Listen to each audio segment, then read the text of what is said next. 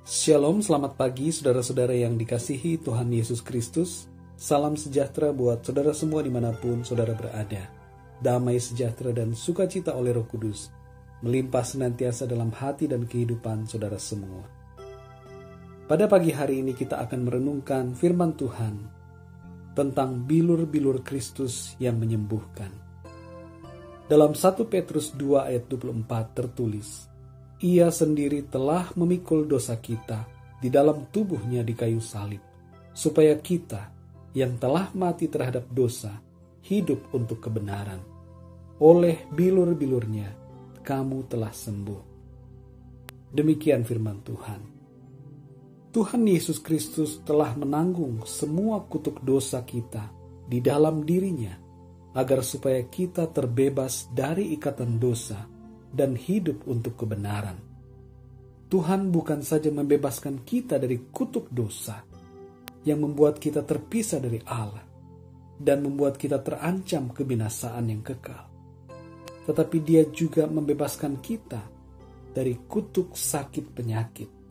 Di atas kayu salib, Kristus telah menanggung sakit penyakit kita. Darahnya yang tercurah oleh bilur-bilur atau luka-luka pada tubuhnya menjadikan kita sembuh dan terbebas dari segala sakit penyakit.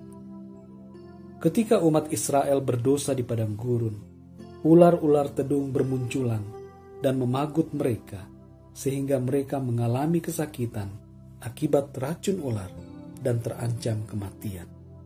Mereka kemudian berseru kepada Musa, memohon pengampunan dan pertolongan Allah. Lalu Allah menyuruh Musa membuat ular tedung dan ditaruh pada tiang agar dapat dilihat oleh semua orang. Bagi mereka yang melihat ular tedung itu akan mengalami kesembuhan.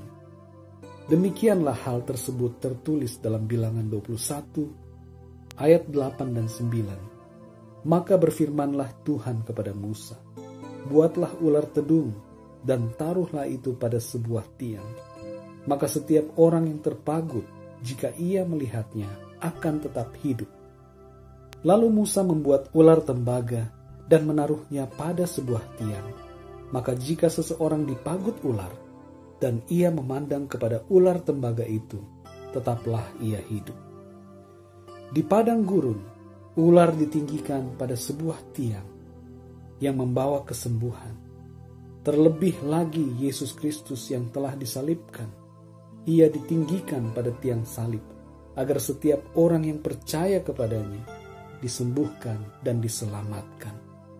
Dalam Yohanes 3 ayat 14-15 tertulis, dan sama seperti Musa meninggikan ular di padang gurun, demikian juga Anak Manusia harus ditinggikan, supaya setiap orang yang percaya kepadanya beroleh hidup yang kekal. Saudara yang dikasihi Tuhan Yesus Kristus telah menjadi jalan keselamatan bagi hidup kita dan juga kesembuhan bagi segala penyakit kita. Ia telah menanggung semua kutuk akibat dosa. Semua sudah terbayar lunas di atas kayu salib.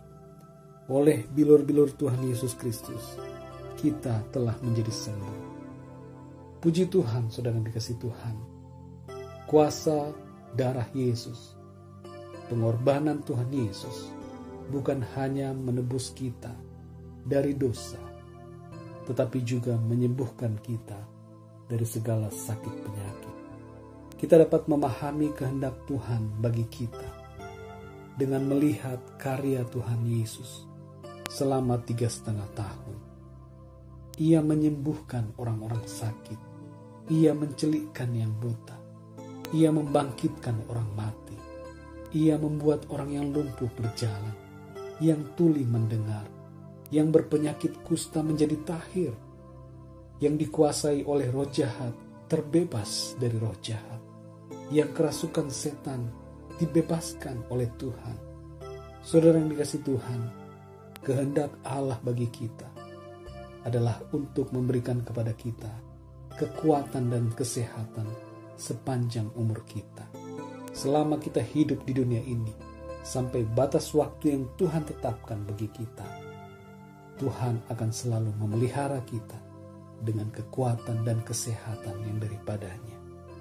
Dan ketika Tuhan memanggil kita, maka kita telah memiliki jaminan keselamatan di dalam Dia.